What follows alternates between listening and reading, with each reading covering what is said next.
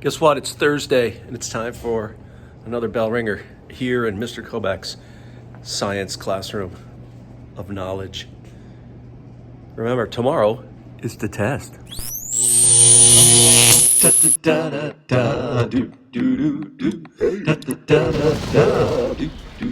All right.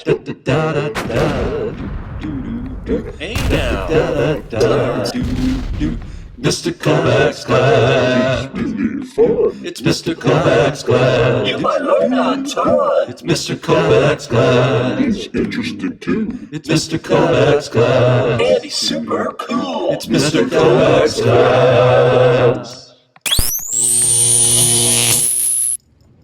So we've been studying enzymes, or talking about enzymes, and of course we know that enzymes are chemicals that speed up reactions. So reactions are going to happen anyway.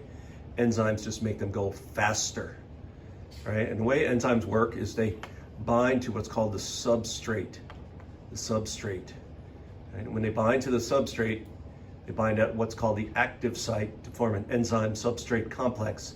And then whatever chemical reaction was going to happen, happens, right? So the enzymes just expedite or facilitate chemical reactions, right? We call, right, here's the enzyme, the big blue egg right there's the enzyme.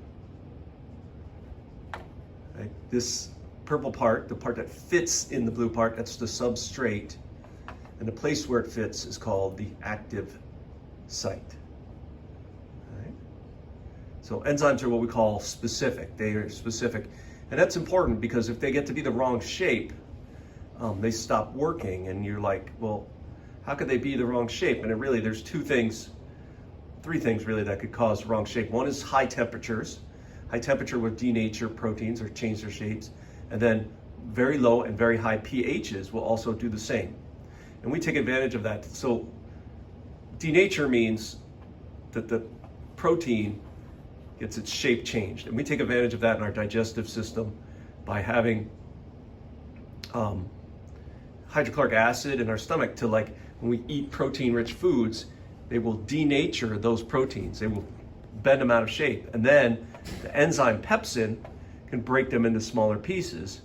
Of course, that works against us because we need to break them ultimately down to amino acids. So you have to, in the small intestine, you have to buffer the acid so the rest of the enzymes can work and not get denatured themselves. Right? So in digestion, right, you've got big protein molecules. They get denatured with the acidity, and then enzymes cut them into pieces. When they go into the small intestine, more enzymes have to work, but they have to be buffered at a more neutral pH until finally you get amino acids that can be absorbed into the blood, and then those amino acids can be delivered to cells that they can use to make their own proteins, right? So it's like taking a big Lego Death Star, unfolding it, breaking it until you get all the individual Legos, and then you can use those Legos to make something different. All right.